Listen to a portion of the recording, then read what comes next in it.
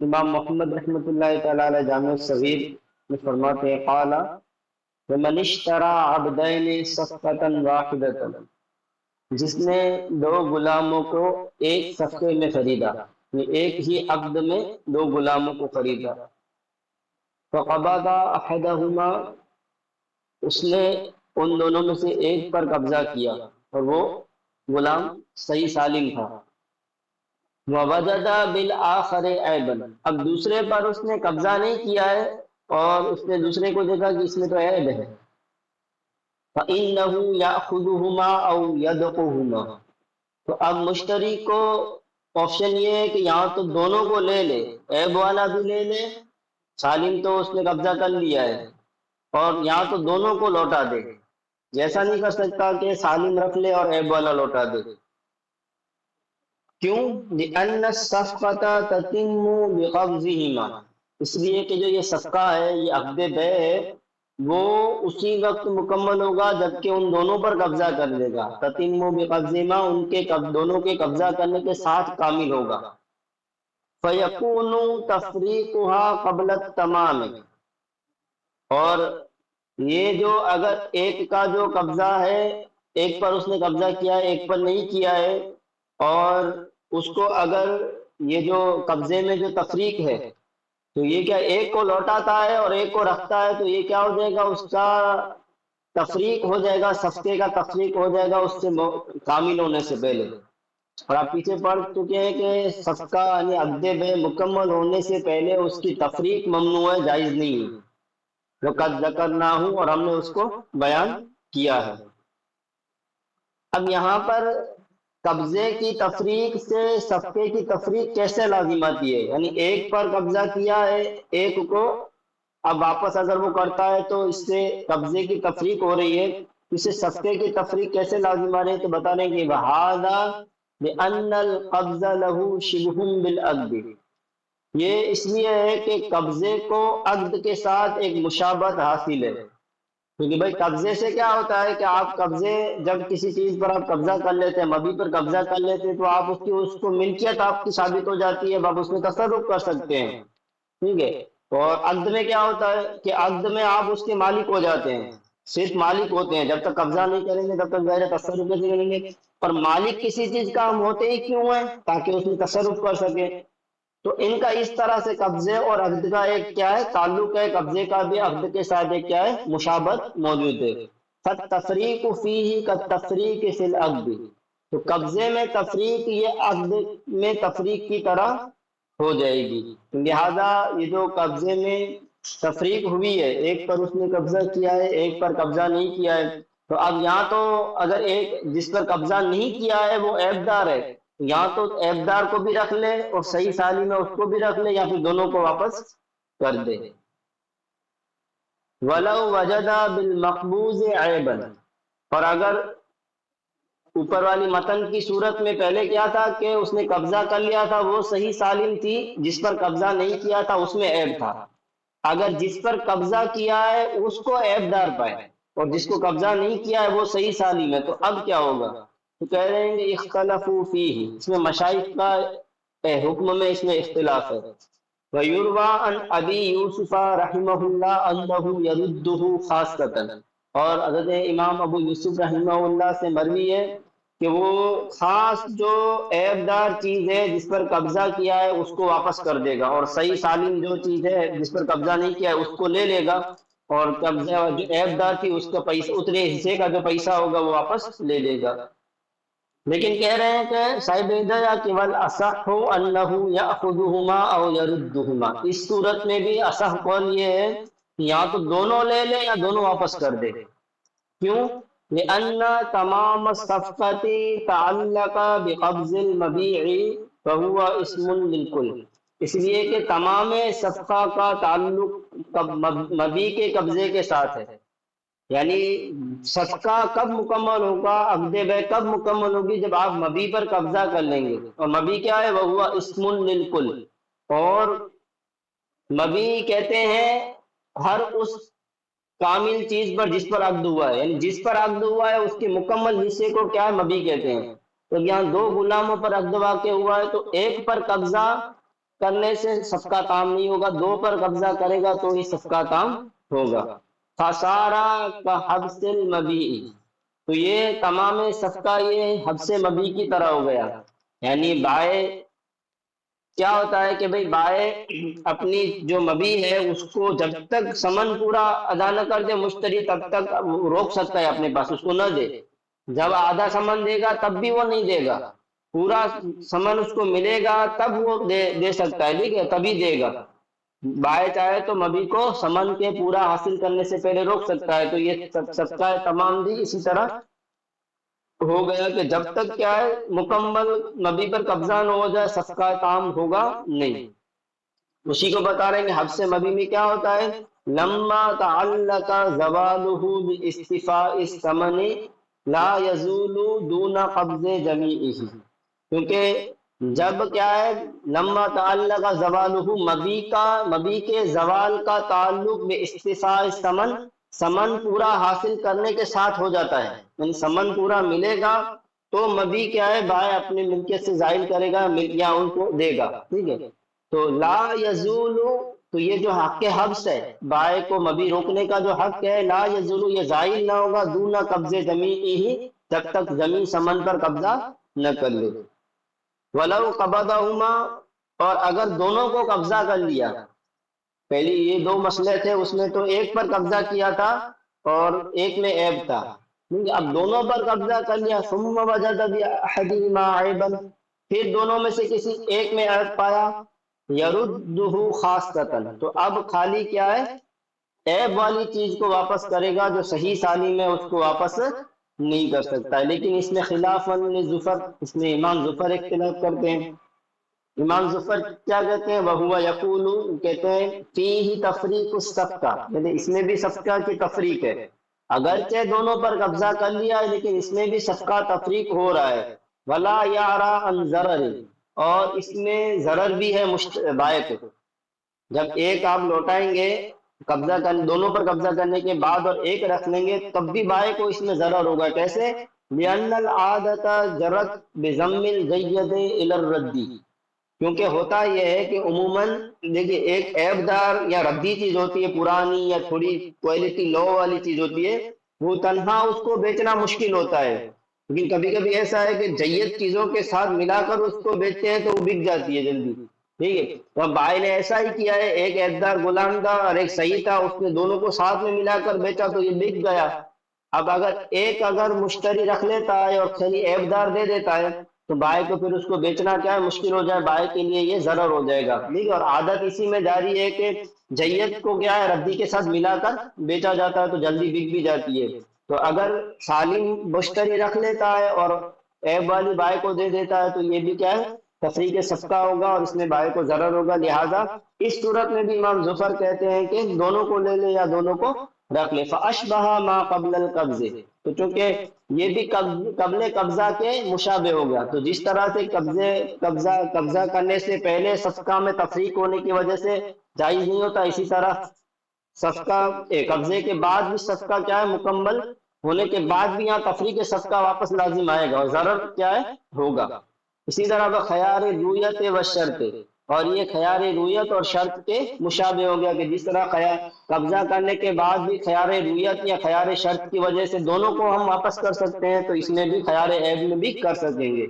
یہ امام ظفر کی دلیل تھی۔ وَلَنَا أَنَّهُ تَفْرِيقُ الصَّفْقَةِ بَعْدَ التَّمَامِ، ہم کہتے ہیں کہ تفریق صفقہ تو لازم آ رہا ہے، بات تو صحیح ہے، لیکن بعد التمام صفقہ کے عقد بیع کے مکمل ہونے کے بعد لازم آ رہا ہے، اور عقد بیع کے مکمل ہونے کے بعد صفقہ کے مکمل ہونے کے بعد تفریق ممنوع نہیں ہے۔ تفریق ممنوع کب ہے، جب صفقہ مکمل ہونے سے پہلے ہو، تو کہہ رہے ہیں کہ لِأَنَّ بِالْقَبْضِ تَتِمُّ الصَّفْقَةُ فِي خِيَارِ الْعَيْبِ، اور یہ صفقہ مکمل کیسے ہو جا رہا ہے، کہہ رہے ہیں کہ کیونکہ قبضہ کرنے سے خیار عیب ہوتے ہوئے بھی صفقہ کامل ہو جاتا ہے، ٹھیک ہے۔ آپ نے جب مبیع پر قبضہ کر لیا تو اگرچہ آپ کو خیار عیب ہے کہ جب اس میں عیب پایا جائے گا تو آپ واپس کر سکتے ہیں، لیکن صفقہ مکمل ہو گیا۔ اب امام ظفر نے کہا تھا کہ یہ خیار رویت اور خیار شرط کے جیسے ہے، خیار رویت اور شرط میں واپس کر سکتے ہیں، اس کا جواب دے رہے ہیں کہ وفی خیار رویت و شرط لا تتم به، اور خیار رویت اور شرط میں قبضہ کرنے کے بعد بھی صفقہ کامل نہیں ہوتا ہے، علامہ مرہ، جیسے کہ ہم خیار شرط اور خیار رویت کے باب میں پڑھ چکے ہیں۔ وَلِهَذَا لَوِ اسْتُحِقَّ أَحَدُهُمَا، اسی وجہ سے قبضہ کرنے کے بعد کیا صفقہ مکمل ہو جاتا ہے، جو اگر قبضہ کر لیا لَوِ اسْتُحِقَّ أَحَدُهُمَا، اب ان ایک دو میں سے ایک غلام کا کسی نے استحقاق کیا، یعنی کسی نے کہا کہ یہ حق، اس میں میرا حق ہے، لَيْسَ لَهُ أَن يَرُدَّ الْآخَرَ، تو وہ تو جو اس کا استحقاق ظاہر ہوا، حق ظاہر ہوا، وہ تو لوٹائے گا، لیکن دوسرے کو نہیں لوٹا سکتا ہے، کیونکہ کیا ہے، دوسرے میں صفقہ مکمل ہو چکا ہے، اس وجہ سے اب دوسرے کو واپس نہیں کرے گا۔ الرحمن الرحیم، وَمَنِ اشْتَرَى شَيْئًا مِّمَّا يُقَالُ أَوْ يُوزَنُ فَوَجَدَ بِبَعْضِهِ عَيْبًا رَدَّهُ كُلَّهُ أَوْ أَخَذَهُ كُلَّهُ، جس نے کوئی چیز ایسی خریدی، مما یقالو، جس کو کیل کیا جاتا ہے، جیسے گیہوں ہے، جو ہے، او یوزن، یا جس کو وزن کر کے بیچا جاتا ہے، جیسے لوہا وغیرہ ہے، فوجد ببعضه عیبا، قبضہ کرنے کے بعد اس نے اس میں بعض حصے میں عیب پایا، ردہ کلہ او اخذہ کلہ، یا تو پوری لے لے یا بعض کو، یا پوری لے لے یا پورے کو رد کر دے۔ ومرادہ بعد القبض، اور یہاں یہ چونکہ جامع صغیر کی عبارت ہے، تو امام محمد کا یہاں سے مراد کیا ہے، قبضہ کرنے کے بعد، یعنی قبضہ کرنے کے بعد بعض حصے میں اس میں عیب پائے۔ لأن المکیل اذا کان من جنس واحد فهو كشیء واحد، اب یہ مکیلی اور موزونی چیز میں ایسا کیوں ہے کہ قبضہ کرنے کے بعد بھی خاص عیب والا حصہ واپس نہیں کر سکتا ہے، عیب واپس کرنا ہو تو پورا کرے یا پورا رکھ لے، کیونکہ کہہ رہے ہیں کہ مکیلی چیز یہ کیا ہے، ایک ہی جب جنس سے ہو، جیسے صرف گیہوں خریدیں یا صرف جو خریدیں، فہوا کشیء واحد، تو وہ گویا کہ ایک ہی چیز ہے، پوری جتنا بھی اس نے خریدا ہے گویا کہ وہ ایک ہی چیز ہے، ٹھیک ہے۔ اب اس پر دلیل دے رہے ہیں، الا تری انہ یسمی باسم واحد، کیا آپ دیکھتے نہیں ہیں کہ ان کو ایک ہی نام دیا جاتا ہے، یعنی پوری چیز کو جب تعبیر کرنا ہوتا ہے تو اس پر ایک ہی اطلاق کیا جاتا ہے، جیسے وَهُوَ الْقُرُّ وَنَحْوُهُ، جیسے کر کہا جاتا ہے، یہ کر ایک پیمانہ عراق کا معروف پیمانہ ہے، جس طرح سے ہمارے کلو ہے، ٹھیک ہے، گرام ہوتا ہے، کلو ہوتا ہے، اسی طرح کفیز ہے، شبرا ہے، تو ان کو ایک ہی نام کہا جاتا ہے، جیسے یہ کتنا بھی ہم خریدو کہیں گے کہ یہ 10 کلو ہے یا اتنا ڈھیر ہے، تو ان کو ایک ہی نام دیا جاتا ہے، تو گویا کہ یہ کیا ہے، ایک ہی چیز سمجھی جاتی ہے۔ اور دوسرا یہ کہ بس ظاہر ہے جو مکیلی یا موزونی چیز ہوتی ہے تو وہ انفرادی طور پر اس کی کوئی حیثیت نہیں ہوتی، مالیت نہیں ہوتی ہے، گیہوں کا ایک دانہ ہے تو اس کی انفرادی طور پر کوئی حیثیت نہیں ہے، دیکھیں اجتماعی طور پر جب مل جاتے ہیں تو ان کی مالیت بنتی ہے اور ان کو بیچا جاتا ہے، تو وہ ایک شے ہی کی طرح ہے اجتماعی طور پر، یہ اصل مسئلہ ہے، ٹھیک ہے۔ لیکن اس میں بعض مشائخ نے یہ کہا ہے کہ مکیلی اور موزونی، یہ مسئلہ تو یہاں تک تھا کہ چاہے ایک برتن میں لے چاہے الگ الگ برتن میں لے، ہر صورت میں پوری لے لے یا پورا لوٹا دے، لیکن بعض مشائخ کہتے ہیں کہ وقیل هذا اذا كان في وعاء واحد، جب ایک ہی برتن میں ہو، یعنی جیسے گیہوں خریدے ایک ہی برتن میں خریدے ہیں، تو اگر کچھ میں عیب ہے تو عیب والے نہیں لوٹا سکتا، یا تو پورا رکھ لے یا پورا لوٹا دے، چاہے اب ہمارے نزدیک تو یہ ہے کہ جب دونوں دو برتن میں لے، چاہے 4 برتن میں لے، چاہے ایک ہی برتن میں گیہوں لیے، لیکن بعض مشائخ کہتے ہیں کہ وَإِن كَانَ فِي وِعَاءٍ، اگر وہ دیکھیے وقیل، اور یہ ایک بات مشائخ نے یہ بھی کہا ہے کہ یہ اس صورت میں کہ جب وہ چیز مکیلی یا موزونی، ایک ہی مکیلی جو چیز ہے وہ ایک ہی برتن وغیرہ میں لی ہے، وَإِن كَانَ فِي وِعَاءٍ، اور اگر اس کو 2 برتنوں میں لی ہے، گیہوں لیے جیسے کہ، اور اس کو 2 الگ الگ برتن میں 10 کلو 10 کلو، فَهُوَ بِمَنزِلَةِ عَبْدَيْنِ، تو یہ 2 غلاموں کے منزل میں، جیسے 2 غلام خریدتے ہیں، اس پر قبضہ کر لیتے ہیں، بعد میں ایک غلام میں عیب ہوتا ہے تو اس خاص غلام کو واپس کر سکتے ہیں، تو اگر 2 برتن میں گیہوں خریدے ہیں اور ایک برتن میں عیب والا ہے تو اس ایک برتن کو واپس کریں گے اور ایک برتن کو رکھ لیں گے، ٹھیک ہے، اس کا پیسہ لے لیں گے، حتیٰ يرد الوعاء الذي وجد فيه العيب دون الآخر. تو یہاں تک کہ کیا ہے وہ اسی برتن کو جس میں عیب پایا ہے اس کو کیا ہے لوٹائے گا، دون الآخر دوسرے کو نہیں لوٹائے گا. یہ بعض مشائخ کا قول ہے. ولوس ولوستحق بعضه فلا خيار له في رد ما بقي. اگر اس جو چیز اس نے خریدی ہے مکیلی یا موزونی اس کے بعض کا استحقاق ظاہر ہو، یعنی بائیں نے ایک جیسے گیہوں بیچے اور مشتری نے اس پر قبضہ کر لیا، اس کے بعد کسی نے کہا کہ بھئی یہ جو اس کا آدھا ہے گیہوں وہ تو میرا ہے، اور اس نے دعویٰ کیا اور اس دعوے پر اس نے ثابت کر دیا اور اس کو بعض دے دیے گئے، ٹھیک ہے. تو کہہ رہے ہیں کہ فلا خیار لہ فی رد ما بقیہ، تو مشتری کو اختیار نہیں ہے کہ وہ اب جو باقی بچا ہے ٹھیک ہے وہ اس کو لوٹائے. اس کی قیمت وہ لے لے گا جتنی کم ہوئی ہے لیکن اب لوٹا نہیں سکتا ہے. کیوں؟ لأنہ لا یضرہ التبعید، کیونکہ یہ مکیلی چیزیں یہ ایسی چیزیں ہیں کہ جس کی تبعیض مشتری کو ضرر نہ دے گی. یعنی جیسے مثال کے طور پر اگر اس نے 10 کیل لیے تھے، 10 سا یا 10 کلو لیے تھے گیہوں، اور 5 کلو ایک دوسرے نے کہا کہ یہ میرا ہے، اس نے دعویٰ کیا اور وہ اس نے اپنے لے لیا، تو 5 کلو مشتری کیا ہے واپس نہیں کر سکتے، کیونکہ گیہوں وغیرہ ایسی چیزیں کہ ان کی تبعیض ان کو الگ الگ کرنے میں کوئی مشتری کو ضرر نہیں ہے. اب رہا یہ کہ جب اس نے استحقاق ظاہر کیا، جب استحقاق ظاہر ہوا تو ہونا تو یہ چاہیے کہ یہ کیا ہے تفریق الصفقہ قبل التمام ہونا چاہیے، ٹھیک ہے. یعنی چونکہ اب ظاہر مشتری نے خریدا 10 کلو تھا، اب اس کے لیے 5 کلو ہو گیا، یہ 5 کلو تو وہ لے گیا، تو یہ صفقہ کا تفریق ہو گئی، اور یہ تفریق صفقہ قبل تمام جائز نہیں ہے کیونکہ استحقاق ظاہر ہو گیا ہے. اسی کو کہہ رہے ہیں کہ والاستحقاق لا یمنع تمام الصفقہ، کہہ رہے ہیں کہ یہ تفریق الصفقہ قبل تمام نہیں ہے. کیوں؟ کیونکہ استحقاق یہ کیا ہے تمام صفقہ کا معنی نہیں ہے. یعنی استحقاق کے ظاہر ہونے کے بعد بھی صفقہ مکمل ہو جاتا ہے، اور صفقہ مکمل ہو جانے کے بعد بے مکمل ہو جانے کے بعد تفریق صفقہ جائز ہے. اب کیوں نہیں ہے یہ استحقاق؟ کیونکہ لأن تمامها برضا العاقد لا برضا المالک، اس لیے کہ صفقہ کا تمام ہونا یہ بے رضا العاقد عاقد کی رضا سے ہوتا ہے. یعنی عاقد جو ہوتے ہیں وہ اگر بے کر رہے ہیں اور وہ دونوں راضی ہیں عاقدین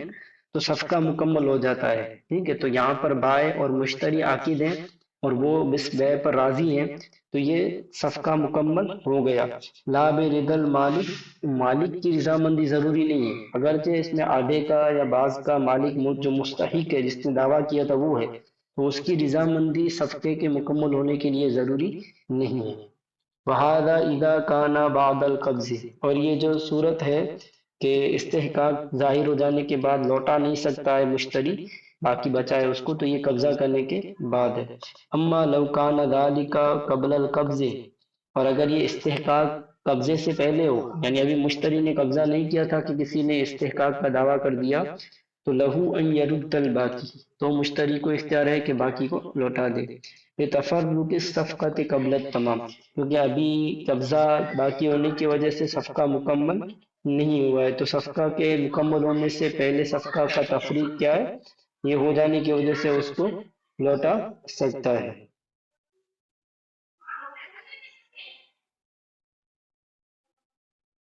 قال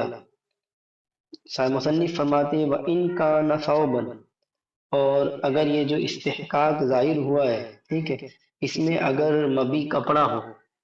کسی نے کپڑا خریدا اس کو قبضہ کر لیا اور پھر کوئی شخص کہتا ہے کہ نہیں اس کا کچھ حصہ تو میرا ہے اور استحقاق ظاہر کرتا ہے، تو فَلَهُ الْخِيَارُ، تو مشتری کو کپڑے میں اختیار ہوگا. کیوں؟ لِأَنَّ التَّشْخِيصَ فِيهِ عیب، کیونکہ وہاں پر کیا بتایا پیچھے